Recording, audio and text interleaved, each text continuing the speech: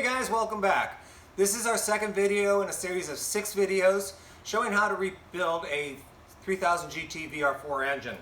Today what I'm going to be working on is double checking the clearances on the crankshaft journal. We had just got the block back from the machine shop. We taped up all the unpainted surfaces. We painted our block. Now what we're going to do is just double check our clearances just for peace of mind, knowing that they're going to be within tolerance. What we're going to be using is Plastigauge, and it will come in a package like so, and you can get this at most all automotive stores. Once you open the little package, you're going to find a little piece of green wax, and what you do is you break off a big enough piece of wax so it'll lay off across the journal from one side to the other. And when you put your cradle on and torque it down, what that's going to do is allow this wax to mushroom out and become thick. Let me bring you down closer to show you where we laid these on the journal. Right there, right there, right there, and right there. So what we're going to do is we're going to put our cradle on with our bearings in gently.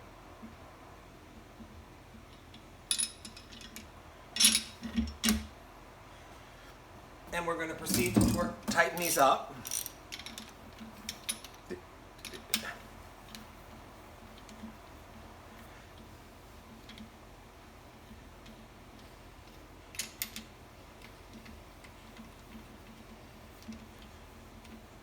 So it takes a few minutes to do this, but again, it's just a peace of mind knowing that you have double checked everything and that we know we're still within clearance of everything.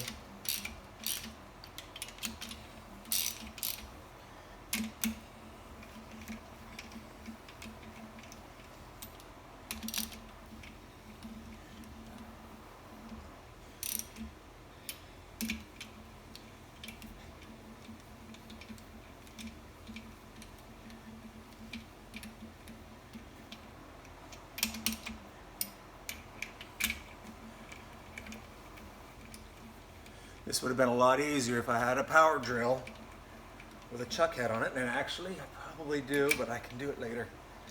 We're just about done here. And you'll want to tighten these in the torquing sequence that your manufacturer recommends.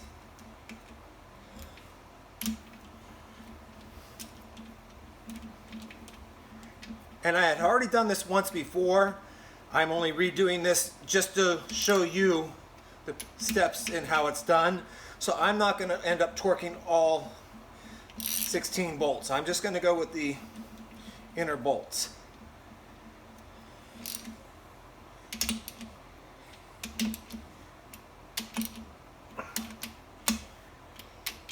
Save a little bit of time.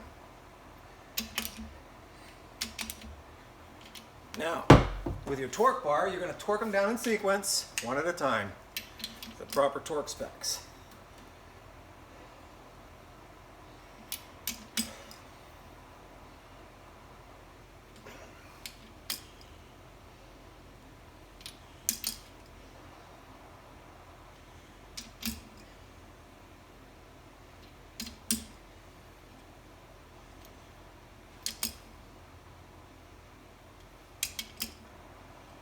And that's it, gentlemen. What we're going to do is we're going to pull this off and find out how much that wax actually mushroomed out. And hopefully the readings we get will just again once confirm that everything is in specifications and we can continue this engine build and hopefully get this car running this winter.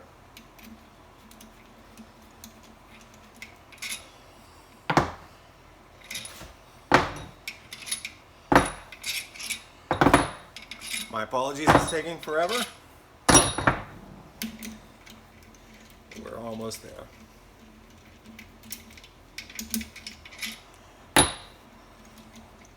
And I'll bring the camera up for a closer view so you can actually see what I'm looking at.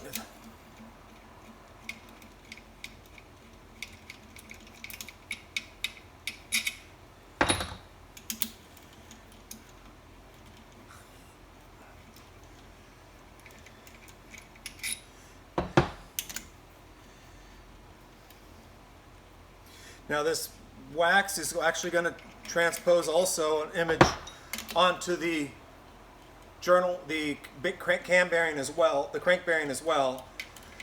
So when you're done checking your clearances to make sure that everything's within specifications, it's probably a good idea to clean the wax off. Although it probably won't create any issues because it is wax, it will melt as you heat it up. But just to remove it's probably a good idea.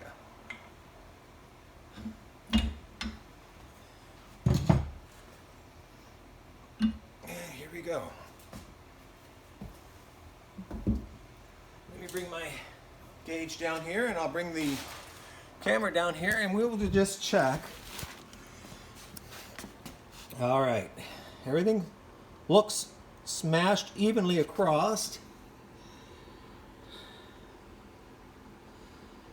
You can't see it with the camera, but it would help if I heard. There we go, right journal.